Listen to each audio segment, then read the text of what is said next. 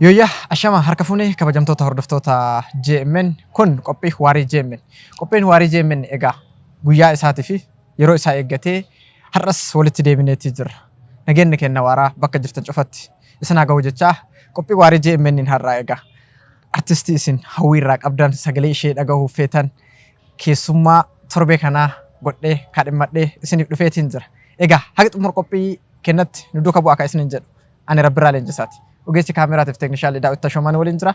Haga dhumaatti nu waliin ta'a.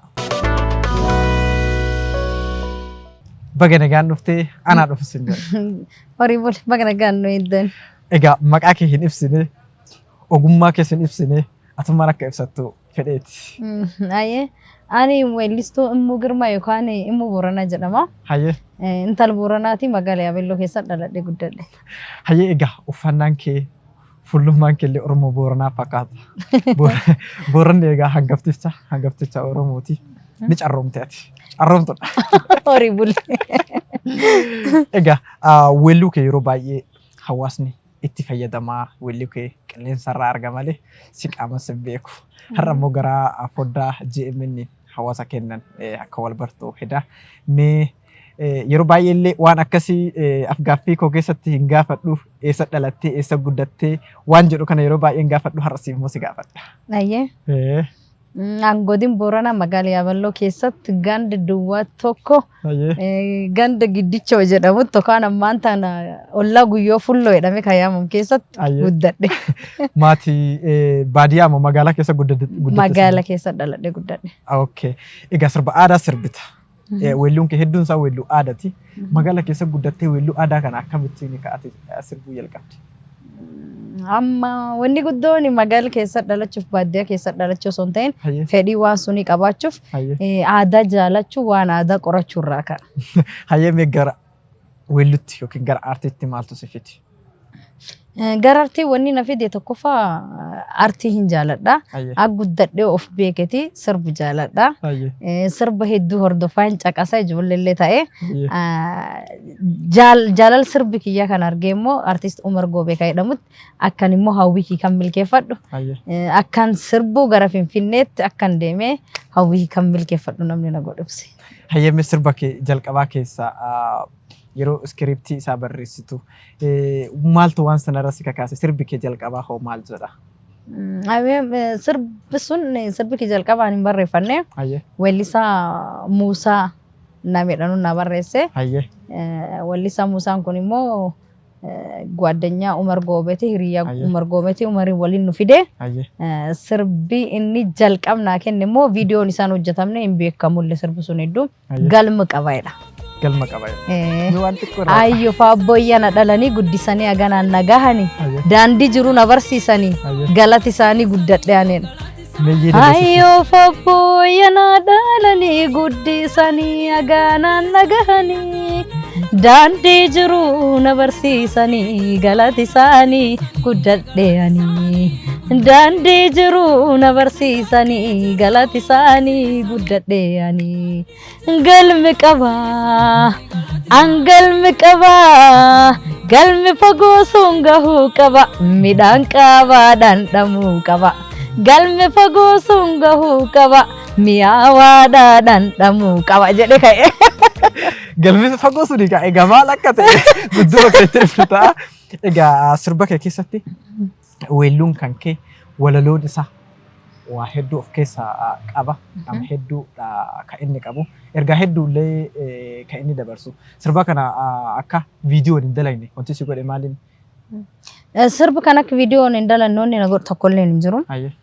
Immoo ani irri caalatti qalbiin keenya yookaan ruyeedhama. Nafsiin tiyya gara sirba aadaa kan na harkiste. Waan aadaa fedha. Gaafa viidiyoo hojjettu aarsaa hedduu kafalte koostii hedduu baastee hojjetta. Humna kiyyaa fi koostii kiyya immoo waan aadaa irratti oolchuu barbaada irra caalatti jaalalalleerra. Albeem qaba albeem akka dhaleetti jedhu qaba.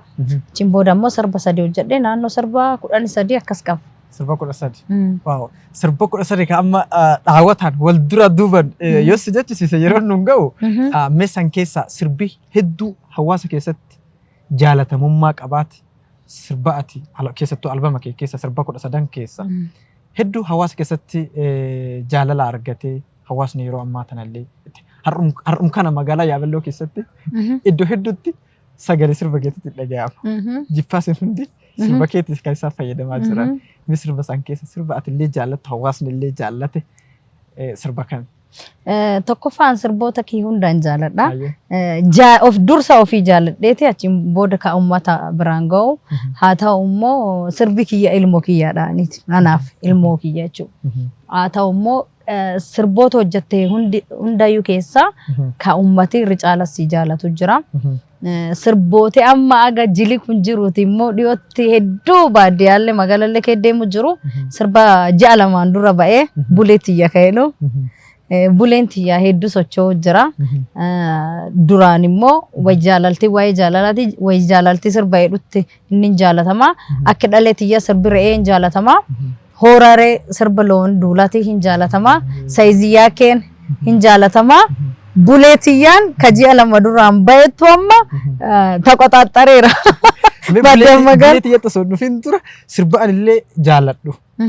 Hawaasni illee hedduu jaallatu yeroo baay'ee jaalala hawaasaa akka argitu waan inni itti fayyadamaa jirurraa jaalala isaa akka tilmaamtu waa'ee loowwanii sana yeroo sirba kan keessan hedduu jaallatan. Sirba sagalee dha. Sirba re'ee hedduu jaallatama. Sirba re'ee tokko akki dhalee tiyya sittuu tiyyaaf si faarsa ammaa akkuma laagala galgalee ka'ee si maarsa ammaa edamuu didi arjaalii jiyaan baqata ammaa.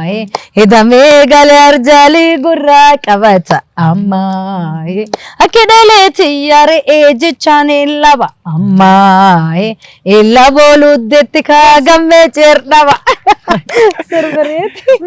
Sirbaree maaltu si kakaase yookatti maaliif fuulleffannaan kee booranni re'ee qofa miti kan inni horsiisuu loowwan hedduu loowwan callaa horsiisuun beekama.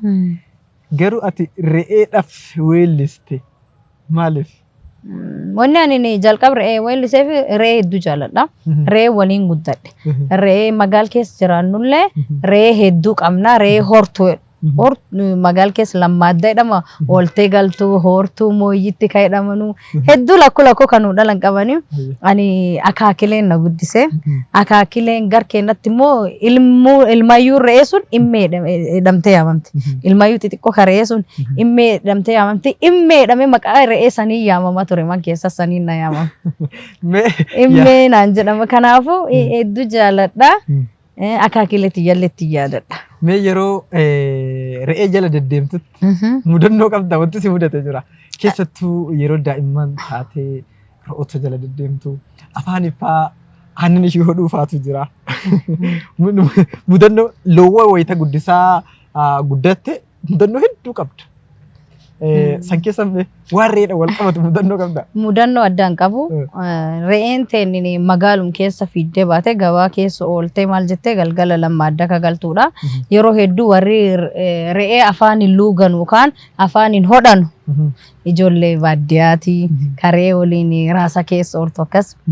Kanaafuu ani maqaa re'eetiin ilmooyyuu re'ee yaamamu kiyya malee mudannoo addaan qabu immoo waan waliin guddanneef waan man keenya keessa wajjin jiraanneef hedduu jaaladha. Maaliif maqaa ilmayyuu re'eetiif si yaamama? Jaalala. Ilmayyuu re'een xiqqoon immoo hin midhaadde miti ree namatti tolti. Sanumaaf akaakilee jalqaba waan ta'eef aniin. Kanaafuu akaakileen kiyya akkasiin na yaame immee maqaa ilmayyuu re'een.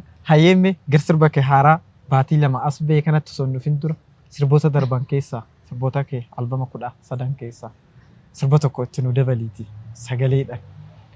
Sarrammoo waan xiqqoo si gaafadheetiin gama si ceena. Ayyee sirba saayiziyyaa kee kaa'edhu jira. Sirba afrobiitiin hojjetame sirba ammayyaa fi aadaallee wal qabate. Akkaataa booranii sabboo goonaa qaba. Sabboo goonaan akkaataa itti wal fuudhu waan booranaa waan dubbatudha. Kanaaf saayiziyyaa keessanii jedha jechuun. Booranii guddaa guddaan kuni lama manni guutu kan sabbo kan goonaadha inni gargar kutan qabu inni sabban goona yaa jaladhe anu waan cufaan jaladhe waan midhaga sharu dhaabbiin isaa yoo laalan Allah goggogaanit gabbaa burcuucaanit gabaabaa xiqqaanit dheera lomocaanit waan cufaan naagalaa saayizii yaakee kottiin alaali meekonna wallaani kottiin alaali meekonna wallaani si malee fayyuu sharu jiru jireen harrayyuudha.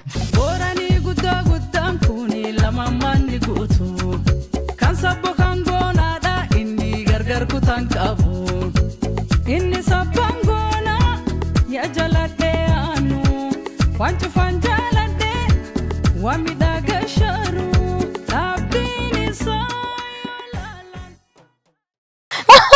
Allah goggoga akka keeti kan ta'in jechu mucaan jaladhe Tudaan maan baate anumaaf raagamtee sidirbe mee sirba san keessa mudannoo qabda sirba kana akkamitti dalagde sirba kan mudannoo qabu sirboota amma hojjedhi keessatti kana bashannansis akka bashannanaatti jechuudha social mediaanis barreeffama hedduu barreessan namni si bakka taa'utti mee saayizii kiyya naa laale jedhanii dhufanii kan gabbaa borcoca ta'e maaf nu arrabsi ta'edhanii kan qalla goggoga ta'e maal immoo nu arrabsi ta'edhanii especially warri gabaaba diqqaanis dallansuu guddaa qabu social media irratti barreessaa namoota qalla goggoga gabbaa borcoca ta'an maqaa warra tarreessanii irratti taaggodhu nama bashannansiisa ture hedduu. Nu dhoksite malee mudannoo waan dhabamtu tanaa wal qabate. Saayizii akka irratti anaaf nama hedduu jira anaaf sirbitee jedhan ebeluuf sirbitee dhama isaaf jecha na gaafatan namni akkitti fudhatti naaf sirbamee jedhe isumaaf yoonni saayizii akka ta'edha malee mudannoo bira ka addaan qabu. Mee egaa sirba aadaa Booranaa aartiidhaan kuultee miidhagsitee hawaasa barsiisuu bashannansiisuu egaa aartiin hawaasa ni bashannansiisa qofa osoo hin taane bashannansiisaa barsiisa. Aartiin immoo cancala waan hundaati. Wanti hundi waraannillee kan se'aayee injifannoo gonfatu aartii yoo masakameedha. Egaa atis kuultee masakteetii aartiidhaan aadaa Booranaa kan haalan ibsuutti kan turte ammallee ibsuutti kan jirtu.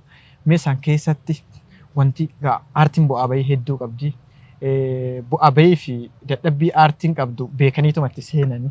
San keessatti mee wanti aadaa kanaan olitti daraan akka ati sila cimtee kanaa ol aadaa hawaasa kanaa aartiin masaktee gabbaastu wanti si daangessu yookiin yeroo baay'ee wanti gufuu sitti ta'u maal fe'ime wanti kanaan dursu mudate keessa. Wanni gufuuna ta'u akkuma namuyyuu beeku humna sponsor dhabu deeggarsa dhabuudha. Kan caal bareechee hojjechuu danda'a aadaa uummata kiyyaa calaqqisiisuu waan jiru aadaan Booran kee jiru aadaan tuqamiini sirbiin tuqamiin hedduu jira humna guutuma guututti sponsoran qaba jedhee dubbachuu hin danda'a. Amma gana sirbaa buleetiyya kanarratti gaayoo pastoralist sponsor na godheera galatoomu Bariko Entertainment hojiin kun bareedaa koraabam produce na godhee jira. Obboleettiiti USA jiraatti Amina Guyyoo sponsor na gootee jirti. Maatii koo hiriyoota koo Girmaa Toshoomee hojii kan direct godhuudhaan na birejjee as dhufee hedduu na deeggaree jira. Kanaafuu hojii kanas hojjedhu dadhabbii hedduu hojjedhee hojii kanayyuu yeroo dheeraaf harka qabadhe sponsor dhabuudhaan taa'ee jira.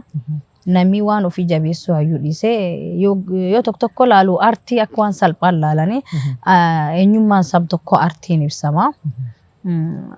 Hawaasa hedduullee addunyaafis ka dhaqqabu gama aartiidhaan gaafa hojjettee miidiyaa arbaastu nama hedduu dhaqqaba. Nama hedduuf dhaqqaba. Kanaafuu ani deeggarsan qabu sponsoran qabu hojii hojjedhu irratti hojiin deeggarsi xiqqootti argadhe kun buleetiyyaadha. Kasun darbe deeggarsan qabu totally agstag godhee dhaabadhutti deeggarsa dhabuudhaan sadarkaa akkasii dhaqqabee jira.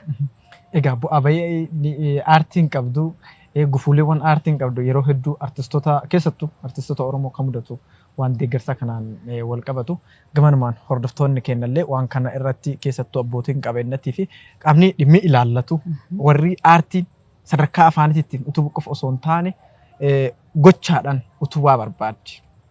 Keessattuu gamdiinagdeetiin yeroo baay'ee artistoonni kenna akka qoraman tun akka gufuutti si qofa osoo hin taane artistoota hedduu kan mudatan keessattuu immoo ati aadaa Booranaa kana aadaa hangaftichaa kana daraan kuultee gabbaasuuf haqsiif danda'ame tattaaffii gochaati akka turte. Mee san keessatti yeroo baay'ee hawaasni Booranaa waan lookaalii yookiin waan ganamaa waan san ta'e malee waan ammayyaawaa kana hin fedhan. Yeroo ati sirba ammayyaawaa fa'aa dalagdu hawaasni Booranaa maaf akka safuu kenna fa'aa cabsite si jedhanii beekani.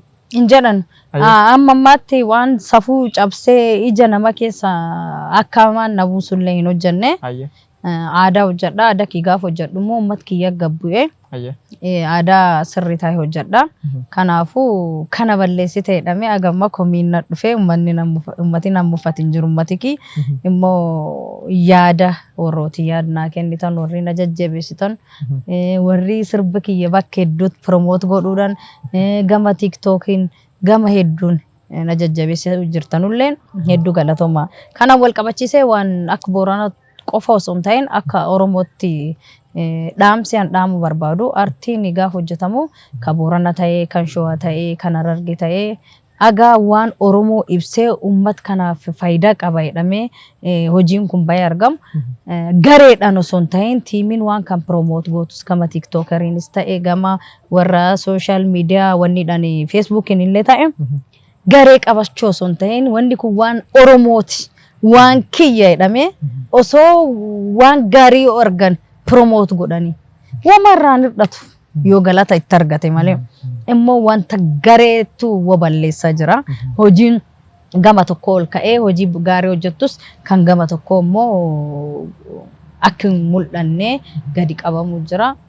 Artistoota hunda odoo bireejjanii jajjabeessanii akka waan ofitti kan naannoo hunda osoo laallame dansaa yaadii qabu kana. Speeshaalii dubartii jajjabeessuu irratti gar aartii Oromoodhaan hin jiru. Warri tiktookerilleen irri caala warroota dhiira jajjabaachaa ba'uu jira. Dubartoonni oduu waan cimaallee hojjetanii amma akka warra dhiira suni dubartii leellisuuf waan irraa ol kaasuuf wanni godhamaa jiru hin jiru. Kan biraaf sagantuma irreechaa hirmaachuu irratti iyyuu konsertoota bakka bakkatti dhiyaatu irrattu hirmaannan dubartiin jirtu taali dubartiin Oromoo weellistuun akka hin jirretti duwwaa dhiira qofatti ba'a. Maal jettee sababni kun yeroo baay'ee ni mul'ata. Dhugaadha konsertii isteejiiwwan gurguddaa yookiin waltajjiiwwan gurguddaa irratti yeroo hedduu dhiirota kan mul'atu. Atillee akka koministii waan kaastee waan kana si gaafadha. Sababnummaan ka'umsi dhiira qofa leellisuu kun artistii yookiin weellistoota dhiiraa qofa leellisuu kun maaliif uumame jettee yaaddaati? Ani hin beeku anaafis gaafidha kun. Yeroo baay'ee amalummaan ilma namaa nama ofiin ba'ee jiru ka ol ba'u callaa leellisuu jira. Osoo waan cimaa hojjettee gad jiraattes si leellisuu irratti namni waantuma namni leellisuu barbaada malee waan ati hojjetteen ol kaasee si leellisu. Dubartoota hojii afaan Oromoo hojjetan immoo waan gadi qabamanuuf hin beeku. Isteejillee ta'ee eenyuyyuu gadi ijoolleen hojjenne jira. Ijoollee ciccimoo jira. Yeroo baay'ee nutu gaafii nukkaasa. Garuu artistoonni dubartooti Oromoo warri weellistan kan laaltan hin dadhabinedha. Yoo immoo warri dhiiraa nu hirmaachisuu dide nu immoo akka keenyatti akka dubartiitti konsertii kopha keenya nulleen qopheeffachuu hin dandeenyu. Namni nu jaalatu namni nu deeggaru konsertii keenya hirmaachuu hin danda'u dhugaa waaqa. Kanaafuu warri dhiirallee dhaabadha of laala. Jechuu barbaada.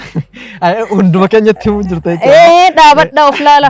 Tokko warri sooshaal miidiyaan dhiira bicha leellistan qofa leellistan. Warri weellistootilleen of warri dhiiraa qofa gurmeessitanii wal gurmeessitanii warri konsertii kopha keessan hojjettan ka dubartooti hin hirmaachisne. Maa fedhaati mee of gaafadha jiru ijoolleen ciccimoon. Maafi kun. Kanaafuu qophaa wal gurmeessina dubartooti.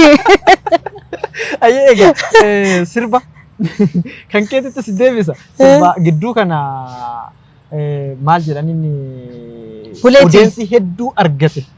Keessattuu wal harkaa fuudhinsa Baalli Gadaa Boorana Marsaa 72 dhiyeessu sababeeffatuun magaalonni naannoo Booranaa argaman cufti sirba kana fayyadamuu jira. Miidiyaalee adda addaa dhimma itti bahuu jira. Mee sirba kana baalluma kanaaf itti yaaddee dalayde moo akkam waansaa? Baalli kanaaf itti yaadameen dalaga.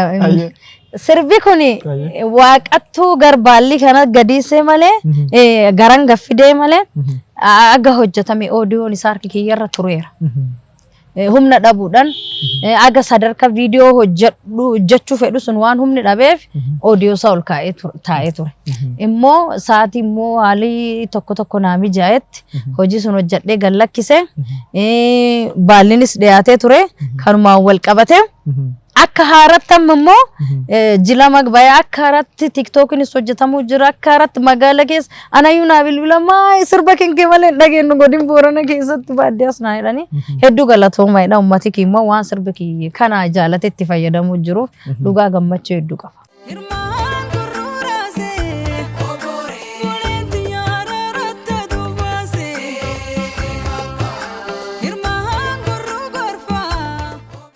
Walaloon sirba kanaa si barreesse? Ani hin barreessin.